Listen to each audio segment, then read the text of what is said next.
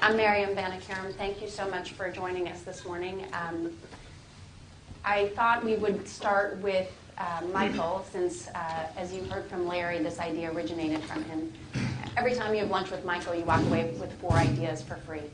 It's one of the downsides of being a journalist. You don't get paid for ideas over lunch. Larry pays for them, and I get to take them. Not so free. $4 million. So I thought it would be interesting for you guys to hear a little bit from him directly about what actually the idea was that generated this gathering and the $1 million of free advertising for Google. You know, I mean, this is something actually I feel incredibly passionate about, because I think, you know, one of the things that I do all day is think about what's gone wrong with the media business. One of the things that's gone wrong with the media business is what's gone wrong with the advertising business, because we depend upon you. And what's gone wrong with the advertising business is that it doesn't do its job very well anymore. And it's in a crisis. And it's in a crisis because it has a problem with how to get a message to people. Very fundamental thing. That's what it does. That's its entire business. And it's sort of lost the way to do that. And I would argue that one of the reasons it has lost the way to do that is because it's abandoned print. Print is about a message. That's it. You're forced to do the message. There it is. And for a lot of reasons, television, essentially, the biggest reason being that television and video paid better. Print was over the course of really 2 generations downgraded, so that if you're a print copywriter now, you have problems in your career.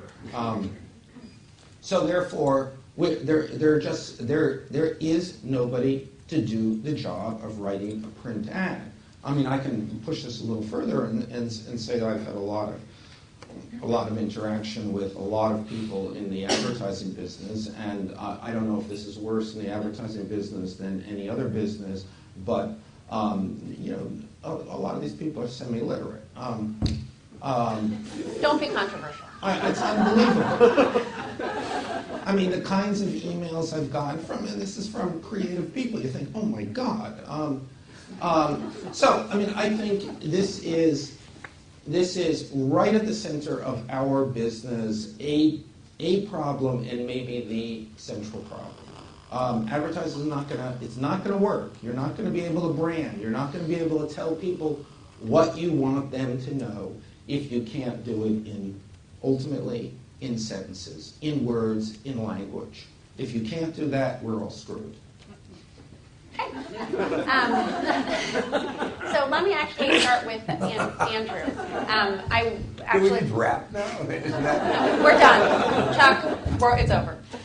So anyway, I thought I'd start with Andrew. I know, Andrew, you started your agency 7 years ago. Michael just said, I don't know, I've been hearing for over 20 years that the advertising business is broken, and yet we all still are in it in some ways. So 7 years ago, you left Condé Nast to start an agency, and Michael's just proclaimed that the agency business is filled with illiterate people.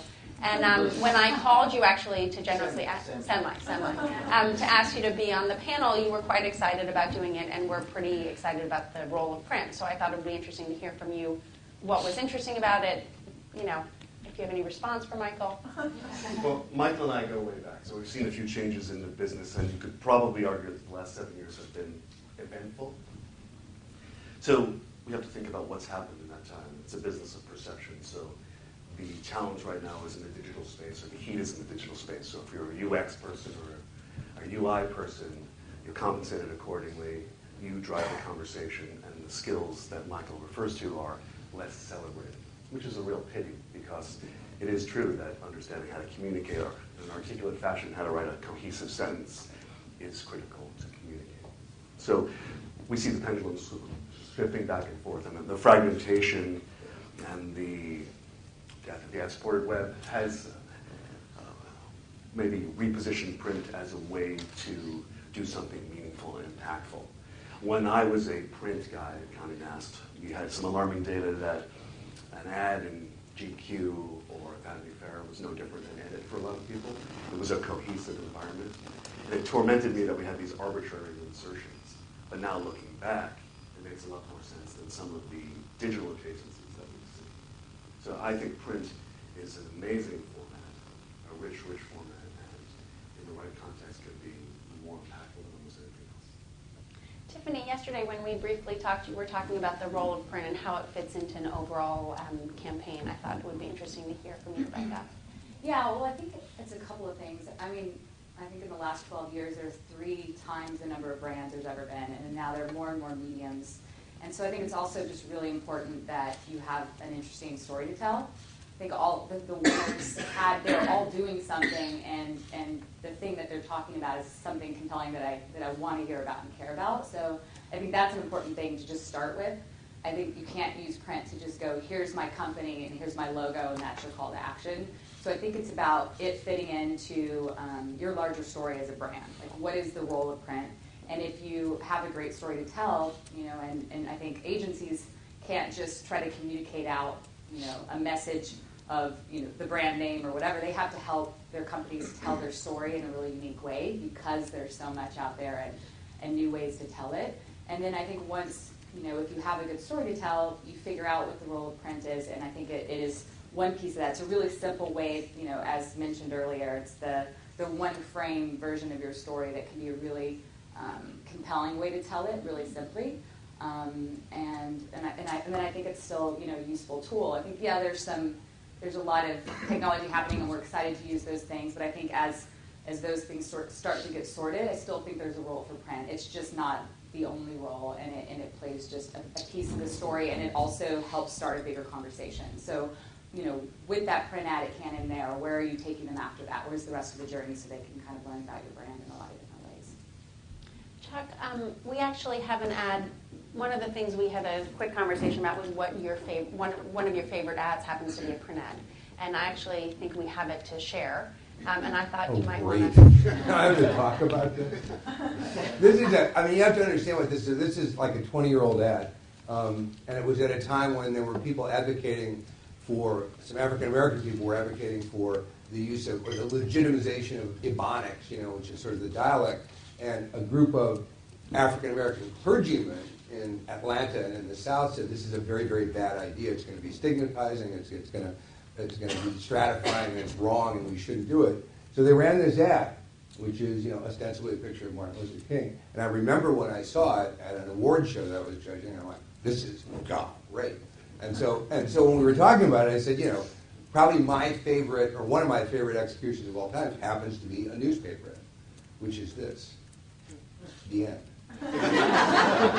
But I could say this about print. We're having a print breakfast. If this was like digital, it would be like a lavish dinner. If it was film, it would be like a weekend in Milan. So.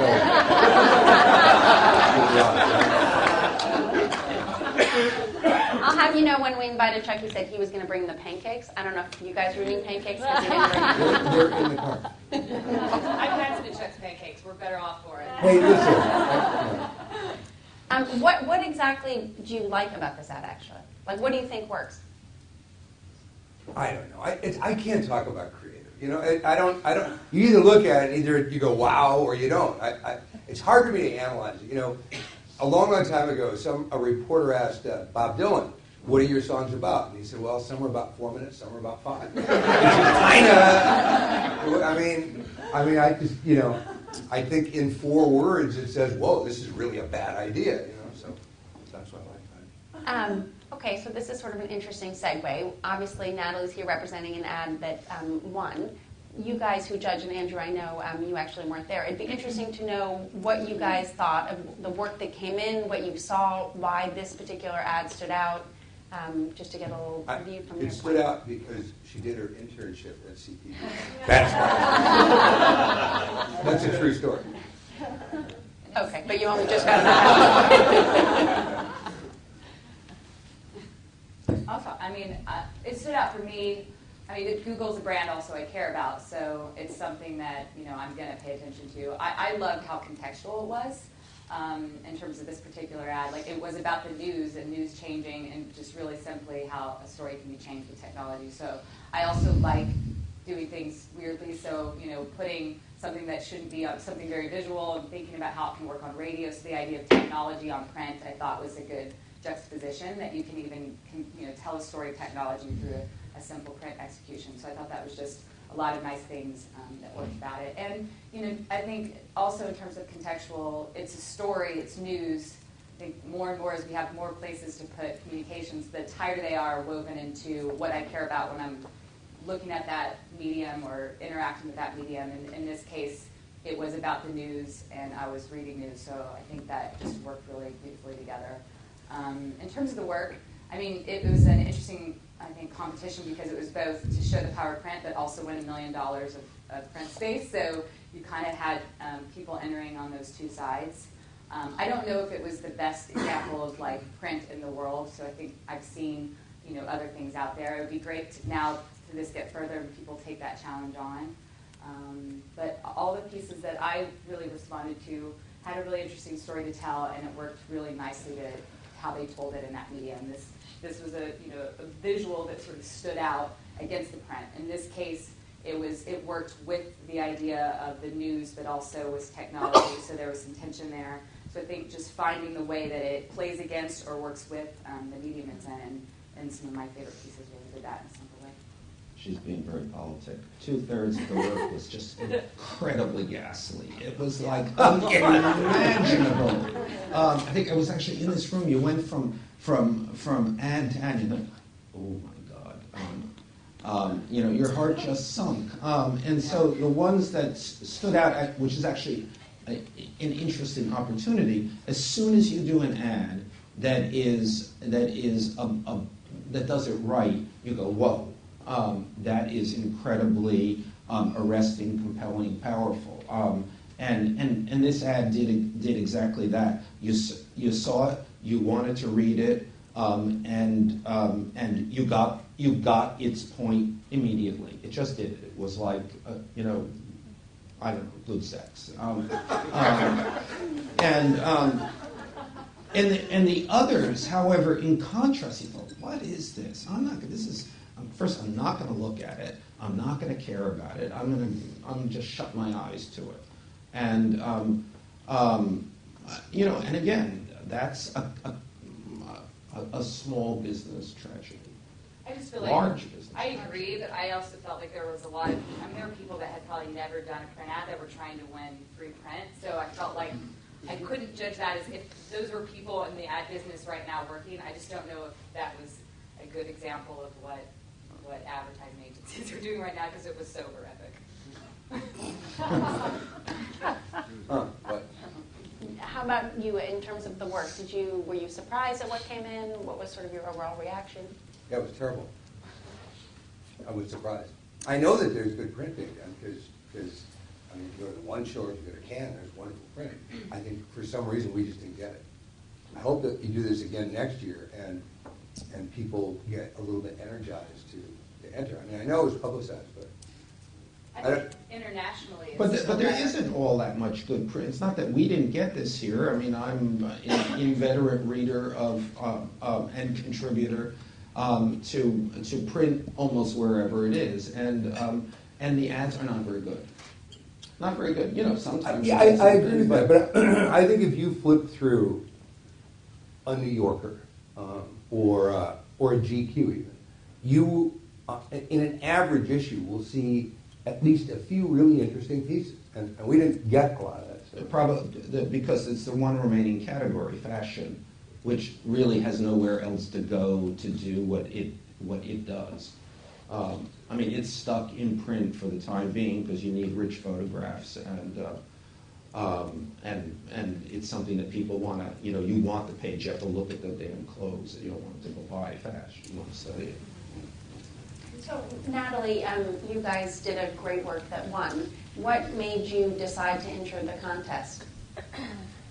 I think Google does care about print, and we're going to donate the winnings to charity that could really use that medium to, get their message out. I think we entered the contest because we were proud of the moment in time that the print ad kind of encapsulates. Like, it's a poster in our eyes that We hang up on our office, and we're proud that technology could bring the Dalai Lama and Desmond Tutu together. And we put it in, and ran it in print so that the world could know about that if they cared, and they could go see the broadcast and hang out. And so it was just like a good moment in time that we were proud of. It's interesting. You said we ran it in print because we wanted people to know about it. That's sort of an interesting thing. And technology, one could argue, could you not have done that just digitally? I guess it's more arresting when you are flipping through a newspaper and there's a small block of copy, and that's basically it that's on the page, versus when you're on the internet and you have a million links that you're sent, through the various channels every single day. So it's very easy to miss that sort of news online, versus if you're reading the newspaper, and just due to the white space alone, you might want to, or have a little bit of curiosity about what that was. So what you just said is that digital as an advertising medium works a lot less well than. And it might reach fewer people, but it's more memorable, and it's more like there's more of an experience and a one-on-one sort of relationship that I think can happen. Yeah, I think the irony is that with all these fragmenting platforms, it makes print the original native advertising. The ads stand out more because they just have more room to breathe, and they don't announce themselves as peripheral, secondary, as something with an ignore me button. And anything that says ignore me is clearly secondary. So we were talking about the paucity of good creative work. I think that's true of any category. There's a lot of bad work. There's probably more bad work than good work. But it's an era in which good work rises like never before.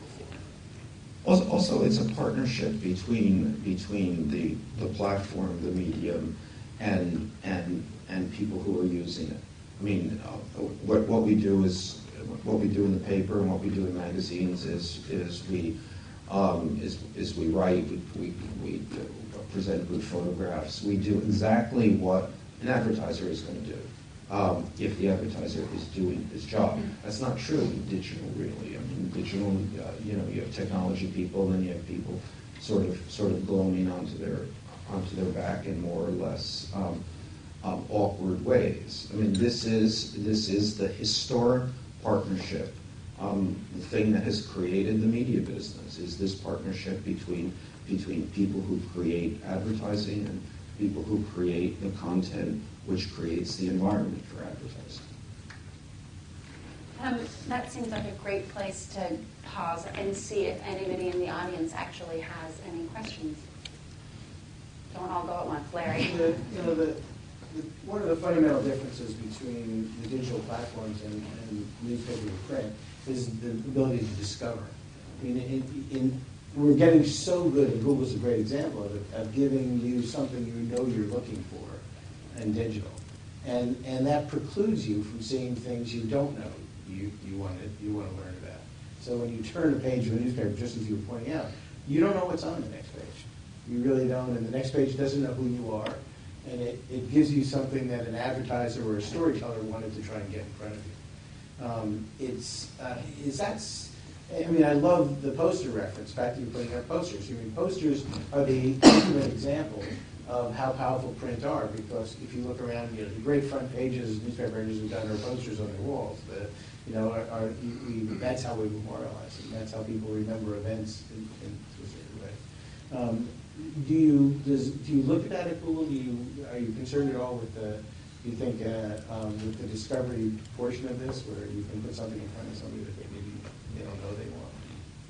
It's getting far-reaching. I don't know if I can speak. No, I don't mean to put you on the spot, but do you think about that? I guess is a fair word. When you do an ad like that, I mean, one of the great things about that ad is you're drawn into it immediately because there's so much white space around it, it jumps out at you. So you read the words. And Michael's point, which I think is slightly adjacent to, but different than some of what we were saying. Michael's point is about the words. I mean, the words do matter actually on multiple platforms. And the writing and what goes into it is one thing. The presentation is another. The palette, and you bring them both up. But in your case, this was just words, and it was this fantastic thing that drew you in to read the words. It was really, I thought it was great. Is it something you get? How do you deal with it? How does Google, or do you think as part of Google that you have to try and do something like that in product more?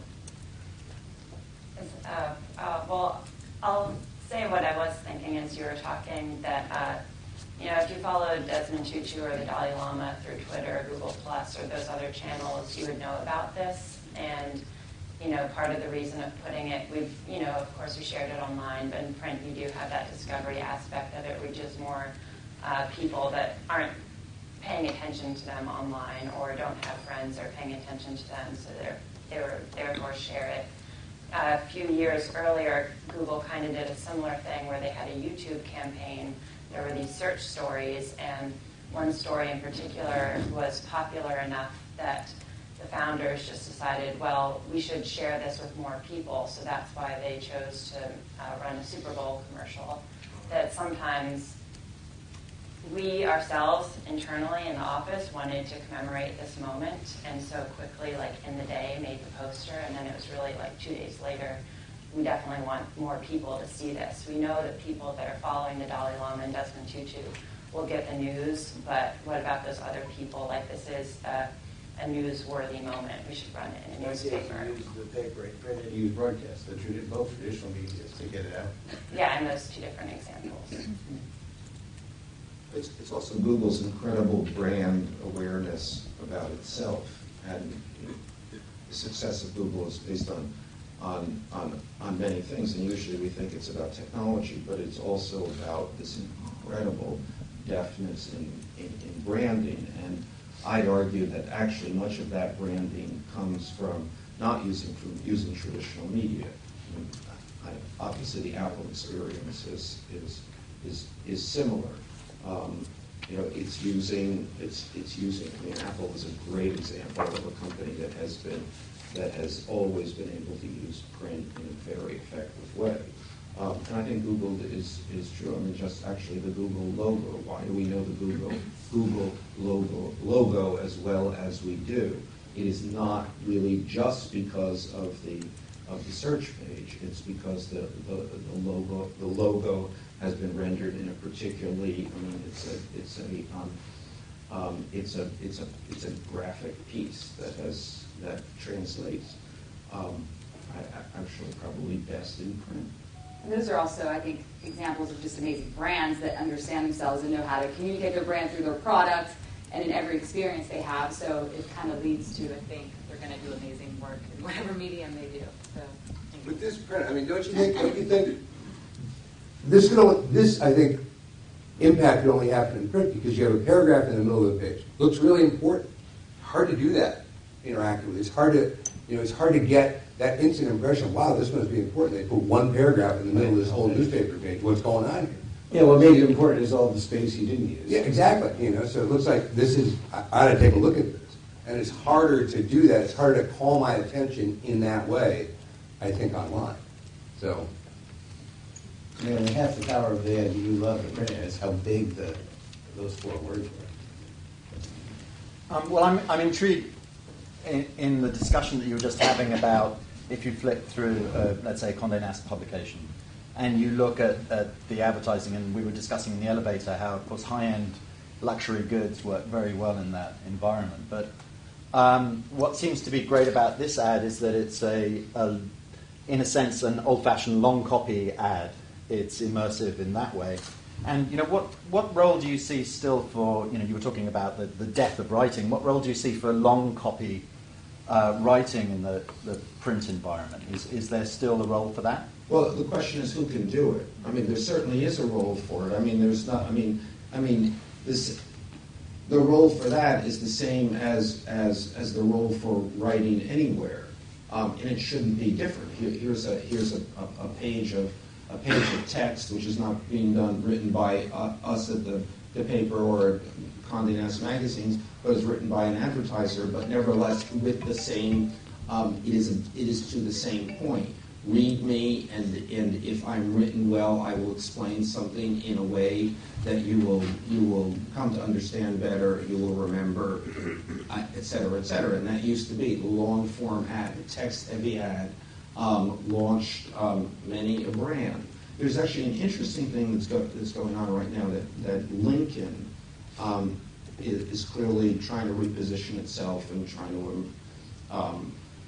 emerge into something that it hasn't been, and it has been running some kind of really old-fashioned, long-form, full-page newspaper ads, and you can actually see. I mean, I've read them. There's several iterations, and you say, oh, I wish they were just a little better, because they're doing it okay. It's sort of emerging, but it's kind of like we don't really remember how to do this. It has we want to, but we're not really there. But I think that they have this understanding that it's a fairly complicated thing that they have to do here with the Lincoln brand, and they have to explain it. And there's no better way to do that, except you kind of need better writers to do it.